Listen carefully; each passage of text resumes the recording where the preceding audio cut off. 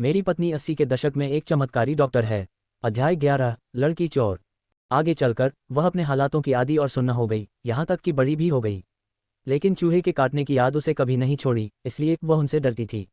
हालांकि अब वह 3 साल की बच्ची नहीं बल्कि 33 साल की औरत थी। अगर वह डरती भी थी तो अब वह सिकुड़कर मदद के लिए चीखने चिल्लाने में भी सक्षम नहीं थी। उसने आंखें खोली, कमरा उजाला था, हालांकि कोई लाइट नहीं जल रही थी। उसने सिर घुमाया और देखा कि कमरे से आ रही आवाज़ चूहे की नहीं बल्कि किसी इंसान की थी। क्या कोई उनसे चोरी कर रहा था? लेकिन यह नामुमकिन सा लग रहा था। उनका घर गांव के सबसे गरीब इलाकों में से एक था, और आजकल के ज़माने में किसी चोर का किसी के घर में खुलेआम चोरी करना नामुमकिन था। अगर चोर होता भी तो वह अमीरों से चोरी करता, उनसे नहीं। फिर उसके कपड़े भी थे, उसके नए कपड़े जो उसके पिता ने अभी अभी उसके लिए खरीदे थे। उसने उन्हें ज़्यादा बार नहीं पहना था। हालांकि वह छोटी थी, फिर भी तांग जिन्यान ने उसे बहुत लाड़ प्यार से पाला था। इस तरह छोटी उम्र में ही उसमें शालीनता की भावना विकसित हो गई थी। उसने ये पोशाक नए साल के लिए बचा कर रखी थी क्योंकि यह थोड़ी बड़ी थी। तांग जिन्यान ने उसे अगले नए साल पर इसे पहनने देने की योजना बनाई थी। ये चोर सभी चीज़ों के अलावा उसके कपड़े चुराने में क्यों रुचि रखता था? वह उठी और देखा, अलमारी के पास एक आदमी उकड़ू बैठा था। उसके कंधे तक लंबे बाल क्लिप से बंधे हुए थे। वह एक औरत थी, एक महिला चोर नहीं। उसने मुस्कुराते हुए खुद को सही किया। यह उसकी माँ थी। वो वेई जियानी के लिए कपड़े ले जा रही थी, है ना? वेई जियानी उससे सिर्फ 1 साल छोटा था, लेकिन लंबा था। बड़े आकार के कपड़े वेई जियानी पर बिल्कुल फिट बैठते। उसके पिछले जन्म में भी यही हुआ था। उसके कपड़े, वे महंगे और सुंदर कपड़े जो उसे बहुत पसंद थे, सांग झीलन ने वेई जियानी के लिए ले लिए थे। यह मत पूछिए कि सांग झीलन किसी और के बच्चे के लिए अपने बच्चे से बेहतर क्यों थी। ये वैसा नहीं था जैसा दूसरे सोचते थे। ज़्यादातर लोग नहीं जानते थे, लेकिन तांग युक्सिन जानती थी। वह ठीक ठीक जानती थी कि क्योंकि वेई जियानी किसी और की बेटी नहीं थी, वह सांग झीलन की जैविक संतान थी। जब वेई जियानी बस कुछ महीने की थी, सांग झीलन बाहर काम करने चली गई और लगभग 1 साल तक वापस नहीं आई। जब वह वापस लौटी तब तांग युक्सिन लगभग 2 साल की थी। उस साल सांग झीलन बाहर काम नहीं कर रही थी जैसा उसने दावा किया था, बल्कि बच्चा पैदा करने के लिए वेई जियानी के पिता वेई तियान के साथ रह रही थी। सबने सोचा कि उसे कुछ पता नहीं, लेकिन एक डॉक्टर होने के नाते वह वेई जियानी और सांग झीलन के बीच की अद्भुत समानता को नज़रअंदाज नहीं कर सकती थी। इसलिए काम शुरू करते ही उसने सबसे पहले उनके बालों के नमूनों का डीएनए परीक्षण करवाया। नतीजा वही निकला जिसकी उसे उम्मीद थी। वेई जियानी और सांग झीलन वाकई माँ बेटी थीं। सांग झीलन ने उसे धोखा दिया, उसके पिता को धोखा दिया और सबको बेवकूफ़ बनाया। अपनी जैविक बेटी के जन्म ने उसे जीवन भर की साजिशों का ताज पहनाया, जबकि उसके पिता को धोखे की प्रतीकात्मक हरी टोपी पहनाई गई। पिछले जन्म में उसकी सारी ममता गायब हो गई थी। बची हुई ममता भी तब खत्म हो गई जब उसे पता चला कि उसके पति झांग योनगान वेई जियानी के बहकावे में आ गए हैं। ये जानते हुए भी सांग जिलान ने कोई विरोध नहीं किया, बल्कि उसे लगा कि यह एक जायज़ काम है। क्या इसकी वजह यह थी कि झांग योनगान एक सार्वजनिक रूप से सूचीबद्ध कंपनी में नौकरी करता था और सालाना लाखों कमाता था, या इसलिए कि वह उस घर में रहता था जो उसने अपनी मेहनत से जमा किए पैसों से खरीदा था? अध्याय 12 उसके कपड़े चुराना। इस वक्त वह सांग झीलन को ठंडेपन से देख रही थी, जो अलमारियों में से एक के बाद एक कपड़े निकाल रहा था। ये सब वेई जियानी के लिए थे, है ना? सांग झीलन को जरा भी अंदाजा नहीं था कि तांग युक्सिन जाग रही है। वह पहचान ही नहीं पाई कि यह वही बूढ़ी तांग युक्सिन नहीं है। 3 साल के बच्चे की त्वचा के नीचे एक दयनीय आत्मा छिपी थी जिसने कठिनाइयों का सामना किया था और तूफानों का सामना किया था। सांग झीलन ने तांग युक्सिन की अलमारी लगभग खाली कर दी थी, तभी वह खड़ी हुई। पलटते हुए वह चौंकी और अनजाने में पीछे हट गई और पीछे रखी अलमारी से टकरा गई, जिससे उसकी आंखें भर आईं। उसने देखा कि बिस्तर पर लेटा बच्चा पूरी तरह जाग रहा था और सीधे सांग झीलन को घूर रहा था। ये आंखें किसी बच्चे की नहीं, बल्कि उदास, ठंडी और कुछ हद तक सिहरन पैदा करने वाली थीं। शिन, तुम कब जागी? अपनी कमर सहलाते हुए सांग झीलन पास आए और तांग युक्सिन के बालों पर हाथ रखा। उसकी आंखों में अभी भी मातृत्व का स्नेह था। खैर, यह उसकी बेटी थी, लेकिन समय के साथ उसका दिल बदल गया था। वेई तियान से शादी करने के बाद वह अनजाने में वेई जियानी को पसंद करने लगी थी। धीरे धीरे इस पक्षपात ने उसके अंदर बची हुई मातृ प्रेम की भावना को भी खत्म कर दिया। तांग युक्सिन ने आंखें नीची कर लीं, मानो अभी भी आधी नींद में हो। उसने आंखें मली और फिर से लेटकर अपनी नींद जारी रखी। सांग झीलन को, जाहिर है, कोई शक नहीं हुआ। जब उसने तांग युक्सिन को सोते हुए देखा तो उसने बिस्तर पर फेंके गए कपड़ों के ढेर को उठाया, लेकिन वह उन्हें खींच नहीं पाए। क्या हो रहा है? उसने कपड़ों पर नजर दौड़ाई तो देखा कि तांग युक्सिन का छोटा सा हाथ कपड़ों के एक कोने को कसकर पकड़े हुए है। बच्ची का हाथ तो छोटा था, पर वो इतनी कसकर कैसे पकड़ सकता था? उसने पूरी ताकत से कपड़े खींचे और अंततः तांग युक्सिन को कंबल से बाहर खींच लिया। तांग युक्सिन उठ बैठी। उसने कपड़े के टुकड़े को अपनी छाती से कसकर पकड़ लिया और उसे सांग झीलन को देने से इनकार कर दिया। सांग झीलन को शहर लौटने की जल्दी थी। अगर वह जल्दी नहीं जाती तो कोई परिवहन उपलब्ध नहीं होता और उसे यहीं रहना पड़ता। तांग जिनयान को देखते ही उसे घिन आती थी, वह उसके साथ बिस्तर कैसे साझा कर सकती थी। शिनशिन, माँ की बात सुनो, जाने दो। सांग जीलन ने तांग युक्सिन को फुसलाया, माँ तुम्हारे लिए कपड़े जमा कर रही हैं। कुछ ही दिनों में माँ तुम्हें शहर में रहने के लिए ले जाएंगी। वहाँ बहुत स्वादिष्ट खाना मिलता है और हम एक ऊंची इमारत में रह सकते हैं। शिनशिन, क्या तुम नहीं जाना चाहती?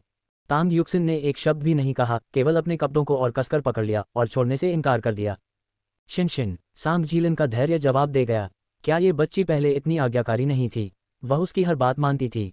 वह पहले भी उसके कपड़े ले गई थी और कुछ दिन पहले ही उसने उससे कहा था कि वह शहर जाने के लिए उसके कपड़े पैक करने जा रही है और वह मान गई थी। तो आज वह इतना अलग व्यवहार क्यों कर रही थी? जिनिक्सिन, जाने दो। जैसे जैसे आसमान में अंधेरा छाने लगा, सांग जिलान का गुस्सा और भी अधिक उग्र होता गया। जबकि तांग युक्सिन ने अपने कपड़ों को और कसकर पकड़ लिया, अपना सिर झुका लिया, चुप रही और आंखों से संपर्क करने से बचती रही। सांग जीलन ने अचानक तांग युक्सिन की पीठ पर थप्पड़ मारा, शायद इरादे से अधिक बल के साथ, जिससे तांग युक्सिन बिस्तर पर लुढ़क गई। उसका सिर मेज के कोने से टकरा गया। इस समय तांग जिनयान और तांग जिजुन, जो अभी अभी खेतों से लौटे थे, ने दरवाजे के पास पहुंचते ही तांग युक्सिन की दिल दहला देने वाली चीखें सुनी। अध्याय 13, बच्चे को गिराना।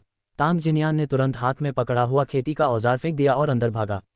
घर में घुसते ही उसने देखा कि सांग वेलन एक तरफ बेवकूफ़ी से खड़ी थी, जबकि उसकी बेटी तांग युक्सिन का छोटा सा शरीर जमीन पर एक छोटी सी गेंद की तरह फैला हुआ था और जोर जोर से रो रहा था। शिनशिन, तांग जिनयान की आंखें लगभग लाल हो गईं। वह दौड़कर आया, कुछ बड़े कदमों में दूरी तय की और जल्दी से अपनी बेटी को उठा लिया। तांग युक्सिन का माथा काफी सूज गया था और वह सिसकियां भरते हुए हाँफ रही थी। रो मत, पापा यहाँ हैं। तांग जिनयान बोलते बोलते अपनी आंखों से आंसू रोक नहीं पाया। वह अपनी बेटी को अपनी आंखों के तारे की तरह पालता था और हमेशा उसका बहुत ख्याल रखता था। यहाँ तक कि जब सांग जिलान ने काम करने की जिद की और अपनी बच्ची को उसके पास छोड़ दिया, तब भी यह आदमी घर घर जाकर दूध मांगता रहा, भेड़ के दूध से उसे पालता रहा। उसने ये सुनिश्चित किया कि तांग युक्सिन को कोई तकलीफ या चोट न लगे। लेकिन अब उसके बच्चे का माथा सूज गया था और उस पर एक बड़ा सा उभार आ गया था। तुमने क्या किया? तुमने मेरी बेटी को धक्का क्यों दिया? तांग जिनयान की आवाज़ चीखने जैसी थी, उसकी आंखें गुस्से से लाल हो गई थीं। मैंने नहीं किया, कसम से मैंने नहीं किया। सांग जीलन भी सदमे से स्तब्ध थी, इतनी कि वह तांग युक्सिन की मदद करना ही भूल गई थी। उसने जल्दी से उसे समझाने की कोशिश की कि वह सिर्फ कपड़े का एक टुकड़ा लेने की कोशिश कर रही थी, लेकिन उसकी बातों के बावजूद तांग युक्सिन गिर पड़ी थी। यह एक अटल सच्चाई थी। तुम्हें मेरी बेटी के कपड़े लेने का क्या हक है? तांग जिनयान ने सांग जीलन के हाथों से कपड़े छीन लिए। सांग जीलन उद्धरण चिन्ह, उसने दांत पीसते हुए कहा। उसकी आंखें डरावनी लाल हो गईं। ठीक है, तुम तलाक चाहती हो, मैं तुम्हें तलाक दे दूंगा, लेकिन शिनशिन, मैं उसे तुम्हें हरगिज नहीं दूंगा। क्या तुमने उसे कभी दूध पिलाया है? क्या तुमने उसे पाला है? क्या तुमने कभी उसका डायपर बदला है? जब उसने अपनी माँ को पुकारा था तब तुम कहाँ थे? उसने जो पहला शब्द सीखा था वह डैडी था, मम्मी नहीं। मैंने इतनी मेहनत से अपनी बेटी को पाला है और तुम सोचते हो कि तुम यूं ही चले जाओगे। ठीक है, अगर जाना ही है तो चले जाओ, बशर्ते तुम उसके साथ अच्छा व्यवहार करो। लेकिन बताओ, तुमने क्या किया है? तुमने क्या किया है? तांग जिनयान ने अपनी बेटी को और भी कसकर पकड़ लिया। बमुश्किल 1 साल की बच्ची अभी भी रो रही थी, उसके माथे पर एक बड़ा सा उभार था, वह लाल और सूजा हुआ, एक भयावह दृश्य। तांग जिनयान ने अपनी बेटी को गोद में उठाया और दरवाजे की ओर चलने लगा। तांग युक्सिन ने अपने कपड़े पहने। क्या हुआ? बहुत दर्द हो रहा है। तांग जिनयान ने अपनी बेटी के छोटे गाल को धीरे से सहलाया, उसकी आंखों के किनारे लाल हो गए, मानो वह रोने वाला हो। पापा, मम्मी को मेरे कपड़े मत लेने देना, वो बुरी हैं। उसने अपना सिर तांग जिनयान के कंधे पर टिका दिया, उसकी झुकी हुई पलकें उसकी आंखों की ठंडी चमक को छुपा रही थीं।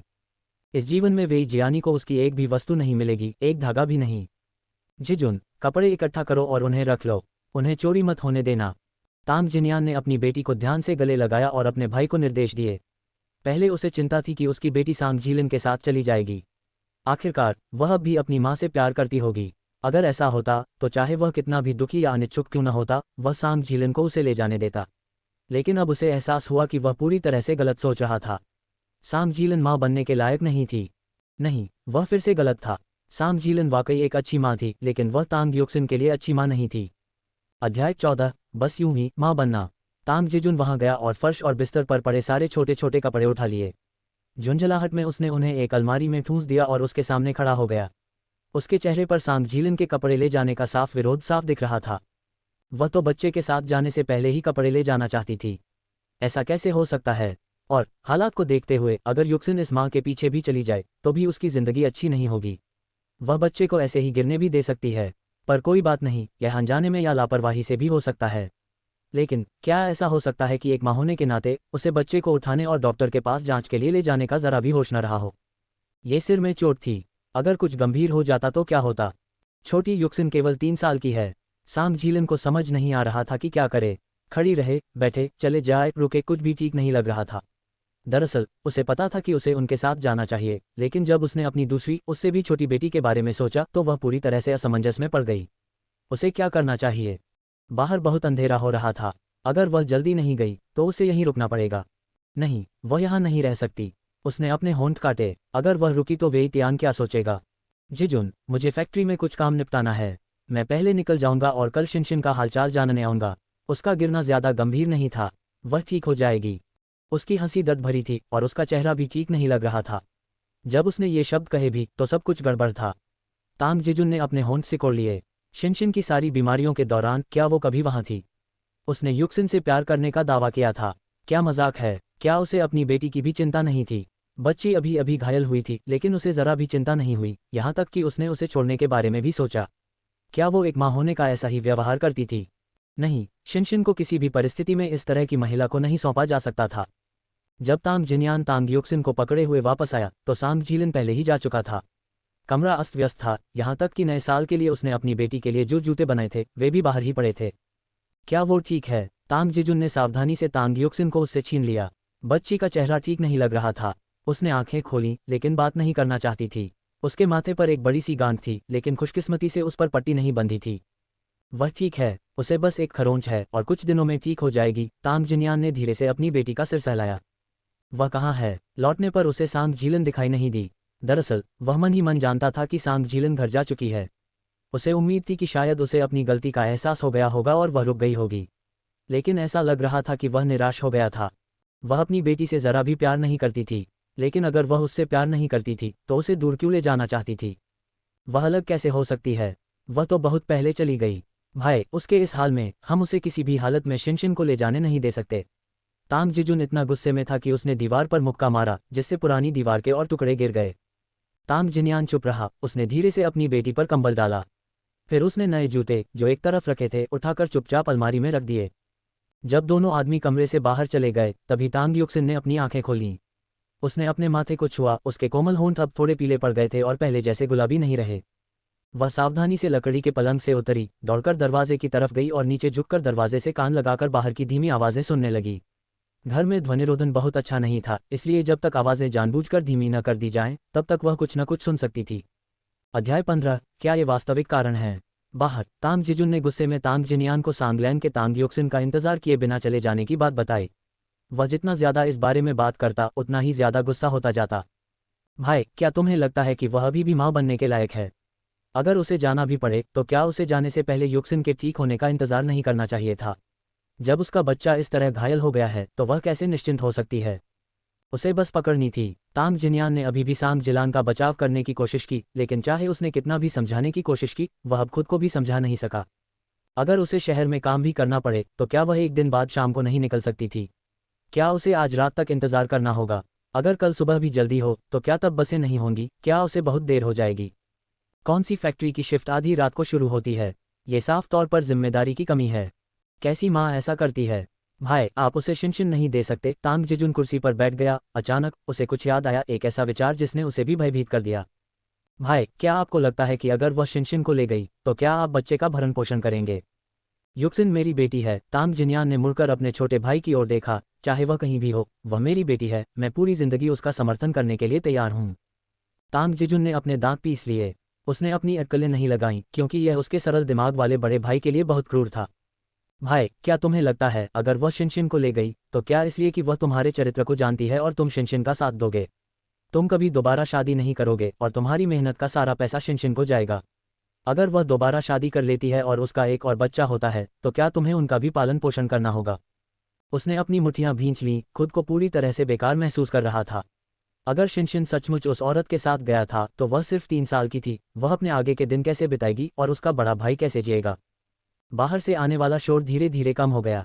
आखिरकार कदमों की आहट धीरे धीरे गायब हो गई, दूर तक फैलती गई, यहाँ तक कि सुनाई देना बंद हो गया। तभी तांग युक्सिन ने अपने सिर पर उभरे उभार को छुआ। उसके युवा चेहरे ने अपनी बचपन जैसी मासूमियत खो दी और उसकी जगह एक थकी हुई दुनियादारी ले ली। उसे कभी समझ नहीं आया कि सांग झीलन उसे आखिर क्यों ले आया था। बाद में उसे समझ आया कि वह न सिर्फ सांग झीलिन के लिए बच्चों का भरण पोषण पाने का जरिया थी, बल्कि वेई जियानी के लिए मुफ्त में नानी पाने का जरिया और उसकी इज्जत बचाने का जरिया भी थी। वह नहीं जानती थी कि यह योजना सांग झीलान की थी या वेई तियान की। बाहर से वेई तियान हमेशा एक अच्छा इंसान लगता था, हमेशा सबको देखकर मुस्कुराता रहता था। हालांकि उसकी मुस्कुराहट के पीछे एक गहरी बेरुखी छिपी थी। वह सब कुछ जानता था, फिर भी उसने कभी दखल नहीं दिया। चाहे वह सांग जिलान द्वारा तांग युक्सिन को मारना हो या वेई जियानी द्वारा तांग युक्सिन को धमकाना हो। सांग जिलान द्वारा उसे ले जाने के बाद उसके पिता उसे हर महीने पैसे भेजते थे। यहाँ तक कि जब वह और झांग योंगान अपने कर्ज चुका रहे थे, तब भी उसके पिता अपनी बुढ़ापे के बावजूद अपने खेतों की देखभाल के अलावा निर्माण स्थल पर सबसे गंदे और कठिन काम करते रहे। फिर भी आखिरकार घर उसके हाथ नहीं लगा। कौन उसके लिए सचमुच अच्छा था और कौन नहीं, ये सिर्फ शब्दों से नहीं समझा जा सकता था। उसने जिंदगी भर साफ साफ देखने में बिताई, लेकिन आखिरकार अंधी हो गई। उसने अपने जीवन में बहुत कुछ त्यागा था, फिर भी उसने जो कुछ दिया था वह उसके जीवन के लायक नहीं था। अध्याय 16 वफादार चाचा। वह फिर घूमी, फिर सावधानी से एक छोटे से स्टूल पर चढ़ी और सोने के लिए बिस्तर पर लेट गई। लेकिन जल्द ही उसने फिर से आंखें खोलीं, नीचे उतरी, अलमारी खोली और वह नई पोशाक निकाली। उसने पोशाक को ऐसे पकड़ा जैसे वह कोई गुड़िया हो। पोशाक में सूती कपड़े की ताज़ा खुशबू थी और उस पर छोटे छोटे लाल चेक बने थे। हालांकि रंग थोड़ा भद्दा और स्टाइल थोड़ा पुराना था, फिर भी उसमें अपनी सादगी और पवित्रता थी जो उस जमाने की खासियत थी। उसे यह ज़माना पसंद था, लेकिन समय बीतता गया और ज़माना बदलता गया, और एक दिन पूरी दुनिया को बड़े बदलावों का सामना करना पड़ा। अगर कोई उस जमाने में न रहा हो तो उसे कभी पता ही नहीं चलेगा कि ऐसी दुनिया भी कभी थी। प्रौद्योगिकी उन्नत हुई, लेकिन मानवीय भावनाएं ठंडी होती गईं। पिताजी तुम्हें बूढ़े चेन के पास ले जाएंगे, वह तुम्हारी देखभाल करेंगे।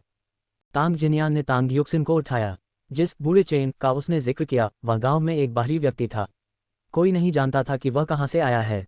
जब वह आया तो वह बहुत ही निराश लग रहा था और उसके पास धन के कपड़े भी नहीं थे। अब वह अकेला और निसंतान रहता था, इसलिए ज्यादातर समय वह अपने में ही रहता था। वह गांव के पीछे बड़े पहाड़ से जड़ी बूटियां इकट्ठा करके बेचता था। वह कम बोलता था और उसका चेहरा बहुत गंभीर रहता था, जिससे बच्चे उससे डरते थे। वे उसे एक आदमखोर राक्षस समझते थे। उनमें से एक युवा तांग युक्सिन भी थी जो बूढ़े चेन का नाम सुनते ही डर जाती थी। हालांकि उसे बस धुंधली यादें थीं। उसे याद था कि जब भी वह उसे देखती थी फूट फूट कर रो पड़ती थी।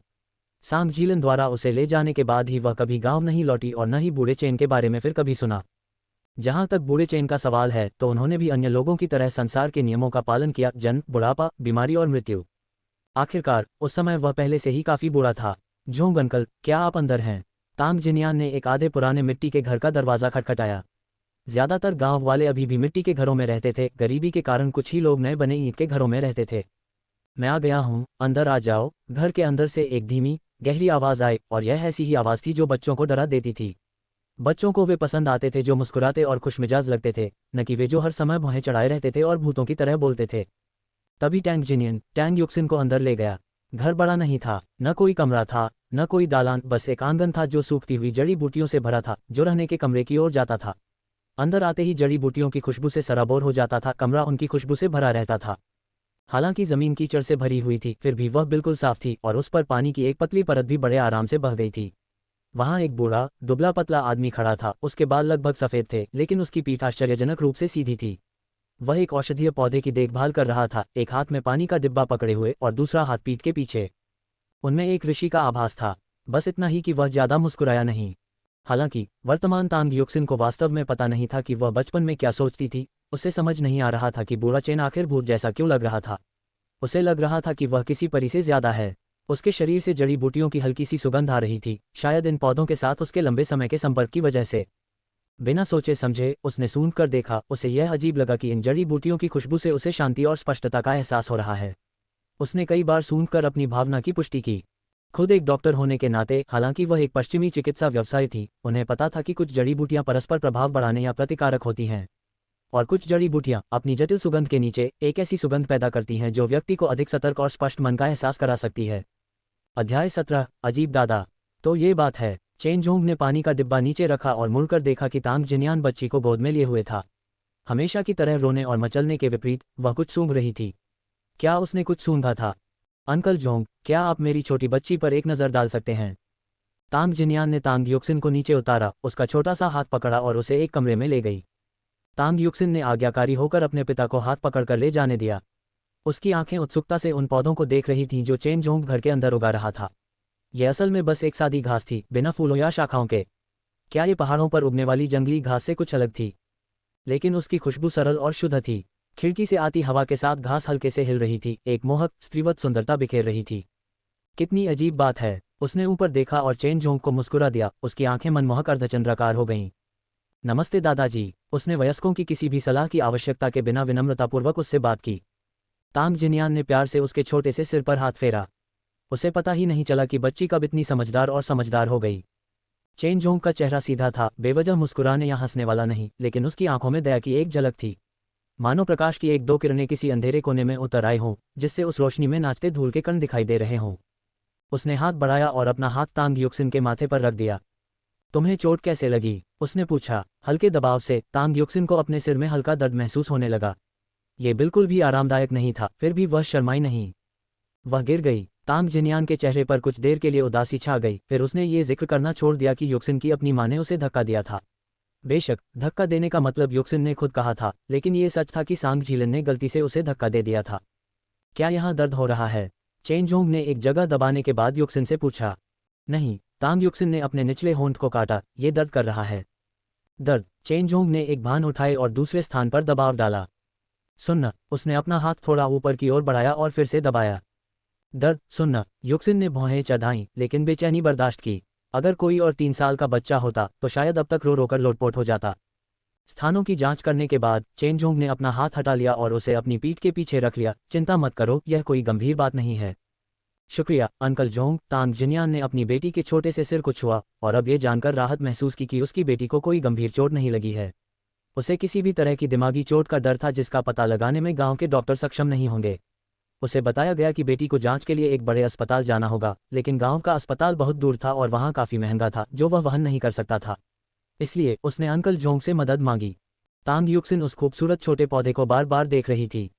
न जाने कैसे उसे वह पौधा पसंद आने लगा था, और उसकी हल्की ठंडी खुशबू भी जो उसने पहले सूंघी थी। हाँ, उसे एक ठंडी ताजगी भरी खुशबू आ रही थी। वहां खड़े होकर उसे ऐसा लग रहा था जैसे उसकी सारी इंद्रियां उत्तेजित हो गई हों। तांग जिनियान ने उसे उठाया और घर ले जाने की तैयारी करने लगा। तांग युक्सिन उस घास रहित और चटित जैसे पौधे को तब तक देखता रहा जब तक वे वहां से नहीं चले गए। जब वे दरवाजे पर पहुंचे तो गंध गायब हो चुकी थी, लेकिन अभी भी उसकी नाक में एक अज्ञात सुगंध का निशान था। अंदर चेन जोंग ने पौधे की देखभाल जारी रखी, एक भी बूंद गिराए बिना उसे कोमलता से पानी दिया।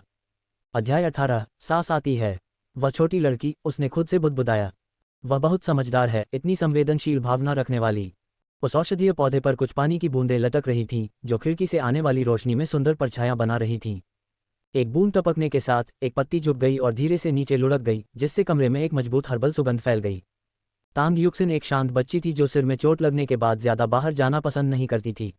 हालांकि शिन्जी के आने के बाद वह काफी समझदार हो गई थी।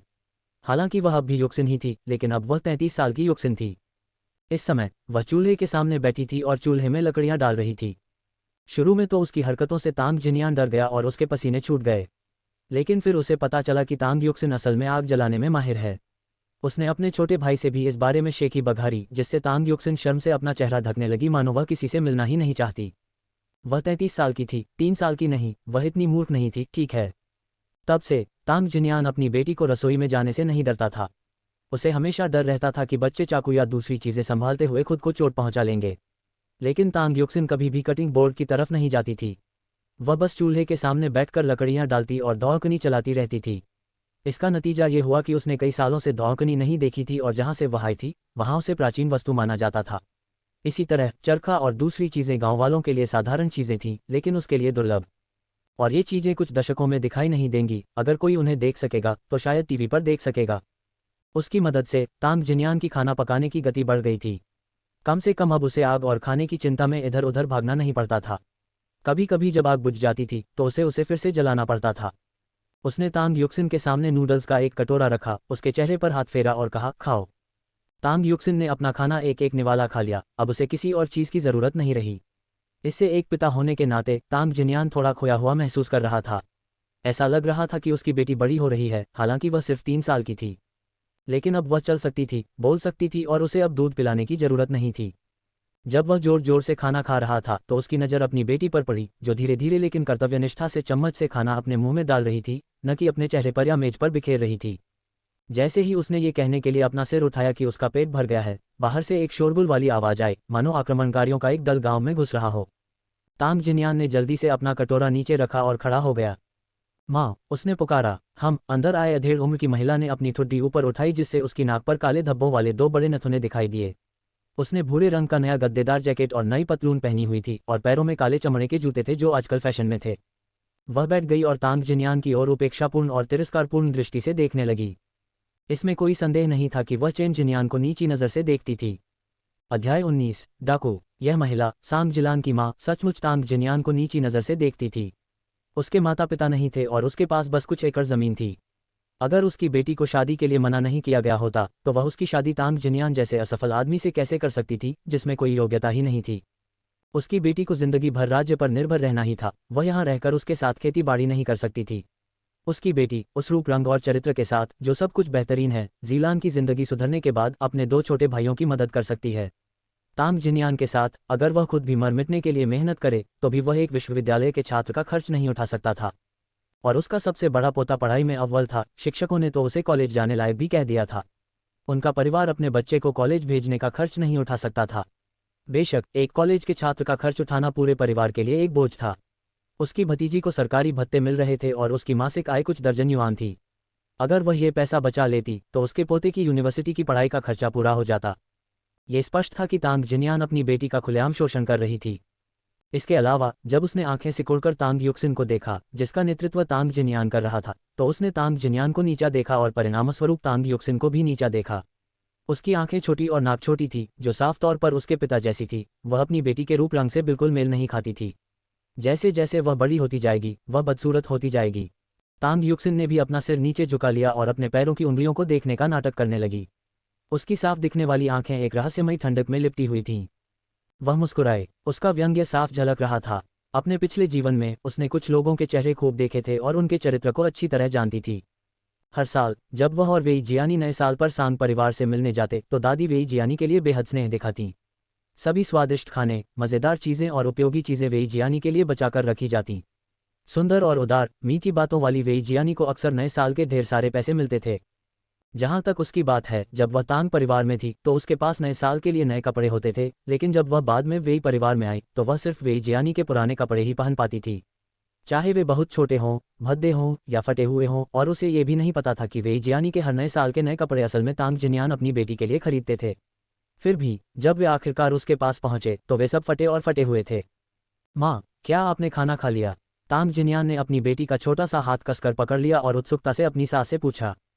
मैं तुम्हारे घर का खाना खाने की हिम्मत नहीं कर सकती, सांग जिलान की माँ ने व्यंग्यात्मक लहजे में कहा। तुम्हें बस मेरी बेटी से तलाक लेना होगा। अब प्यार नहीं रहा, फिर भी उसे क्यों सता रहे हो? माँ, अगर हम तलाक भी ले लें तो भी मुझे युक्सिन चाहिए। तांग जिनियान ने अपनी बेटी के छोटे से सिर पर हाथ फेरा, उसकी आंखों में उदासी की एक झलक थी। तलाक के बिना युक्सिन के पास अभी भी माता पिता दोनों हैं, लेकिन तलाक के बाद या तो उसके पिता नहीं होंगे या माँ नहीं। उसकी बेटी अभी छोटी थी और वह नहीं चाहता था कि वह इतनी दयनीय हो। तांग युक्सिन अपने पिता के पीछे बैठी उनके करीब खड़ी थी। क्या तुम ये कहना चाह रही हो कि हमारी झीलन अपनी ही बेटी को नुकसान पहुंचाएगी? सांग की माँ ये शब्द सुनकर असहज हो गई। तांग जिनियान का क्या मतलब था? क्या उसे डर था कि वे सांग परिवार अपनी ही बेटी और पोती के साथ दुर्व्यवहार करेंगे? नहीं, तांग जिनियान ने जल्दी से समझाने की कोशिश की। उसका यह मतलब नहीं था, वह बस नहीं चाहता था कि कोई इस मामले का इस्तेमाल अभी भी जवान तांग युक्सिन को चोट पहुंचाने के लिए करे। अध्याय 20 मेज चली गई और बेटी भी जल्द ही चली जाएगी। ठीक है, सांग की माँ ने तांग जिनियान की बात सीधे बीच में ही काट दी। मैं ये सब बकवास नहीं सुनना चाहती। मैं बस तुम्हें ये बताने आई हूँ कि हमारा अलगाव पक्का हो गया है। हम युक्सिन को अपने साथ ले जा रहे हैं। वो झीलन की बेटी है। भला बेटी अपनी माँ के पीछे नहीं बल्कि अपने पिता के पीछे कहाँ चलती है? याद रखना, परसों हम इस शादी को रद्द करवाने के लिए सिविल अफेयर्स ब्यूरो जाएंगे। और हाँ, युक्सिन के बच्चे के भरण पोषण के लिए मुझे उसका एक एक हिस्सा चाहिए। अगर मेरा एक पैसा भी छूटा तो मैं तुम्हें नहीं छोड़ूंगा। तांग जिनियान बड़े और दूसरे बेटे, वह अपने पीछे खड़े दोनों बेटों को निर्देश देती रही। मुझे इस मेज़ का रूप बहुत पसंद है। चलो इसे हटा देते हैं। इतने लंबे समय तक उसके साथ रहने के बाद भी जीलान को कुछ भी अच्छा नहीं मिला है। मेज़ हटाना कोई अति नहीं है ना? बिना किसी हिचकिचाहट के सांग परिवार के सबसे बड़े और दूसरे बेटे ने सचमुच बाजी पलट दी। आखिरकार ये पहली बार तो नहीं था। जीलान के तांग जिनियान से नाता तोड़ने के बाद छीनने के लिए कुछ भी नहीं बचेगा। तांग जिनियान को बेबसी से देखना पड़ा कि उसके घर की मेज़ हटाई जा रही है। उसने सिर नीचे किया और तांग युक्सिन की सूजी हुई आंसुओं से भरी आंखें देखीं। वह नीचे बैठ गया और अपनी बेटी को गले लगाकर रोने लगा। पिताजी डरो मत, तांग युक्सिन ने अपना छोटा हाथ बढ़ाया और अपने पिता के कंधे पर थपथपाया। टेबल के बिना भी डैडी के पास अभी भी युक्सिन है। तांग जिनयान बस फूट फूट कर रोने ही वाली थी। मेज के बिना वह अपनी बेटी को भी खोने वाला था। जब तांग जिजुन घर पहुंचा तो उसे यह खबर सुनकर गुस्सा आया कि सांग परिवार ने उनके पास मौजूद एकमात्र डाइनिंग टेबल छीन ली है। उसके अंदर हत्या की मंशा पैदा हो गई। भाई ये ऐसा कैसे कर सकते हैं? हर बार जब आते हैं कुछ न कुछ चुरा लेते हैं। पिछली बार खेत से कुदाल ले गए थे, उससे पहले बर्तन ले गए थे, अब मेज, हमारा लगभग सब कुछ ले गए हैं। भाई तुम उन्हें इस तरह से परेशान क्यों करते हो? कोई बात नहीं, तांग जिनयान ने अपने छोटे भाई को दिलासा देते हुए एक कड़वी मुस्कान दी। ले जाने दो, आखिरकार यह आखिरी बार है। भाई क्या तुम इस बारे में निश्चित हो? तांग जिजुन जानता था कि उसका भाई क्या सोच रहा था। भाई क्या तुम सचमुच तलाक लेने की सोच रहे हो? हम भाइयों ने उस समय उससे शादी करने के लिए अपनी विरासत खर्च कर दी थी। अगर तुम अभी तलाक ले लोगे तो हमारी मौजूदा हालत को देखते हुए दूसरी पत्नी ढूंढना मुश्किल हो जाएगा। हाँ, मैंने अपना मन बना लिया है। तांग जिनयान आमतौर पर अनिर्णायक रहता है, वरना उसे तलाक पर इतना लंबा समय क्यों नहीं लगता। अगर युक्सिन मेरे साथ रहेगी तो मैं उसकी अच्छी देखभाल करूंगा। अगर वह झीलन के साथ चली जाती है तो मैं खेत में कड़ी मेहनत करूंगा। चाहे कुछ भी हो जाए, मैं युक्सिन को तकलीफ नहीं होने दूंगा। भाई आप, तांग जिजुन जानता था कि तांग जिनयान ऐसा ही करेगी। चाहे उसकी बेटी भविष्य में उसके साथ रहे या नहीं, उसने जिंदगी भर अकेले ही उसका साथ निभाने का फैसला कर लिया है और दोबारा शादी नहीं करने का। पिताजी मुझे मिस्टर चेन के घर जाना है। तांग युक्सिन ने तांग जिनयान की आस्तीन खींची। घर में हाल ही में हुई कुछ समस्याओं के कारण तांग जिनयान न केवल परेशान थी बल्कि बहुत बेचैन भी थी। उसने चेन जोंग के घर में रखी उस रहस्यमयी जड़ी बूटी के बारे में सोचा। ऐसा लगता है कि यह उसके मन को शांत करती है और जल्दबाजी में किए गए कामों को रोकती है। वह भी छोटी है, वह आवेग में आकर कोई काम नहीं कर सकती। वास्तव में जब सांगो ने जबरदस्ती मेज छीन ली तो वह उन पर भड़कने से खुद को नहीं रोक सकी तथा उनकी बेशर्मी और अपमान पर धिक्कारने लगी।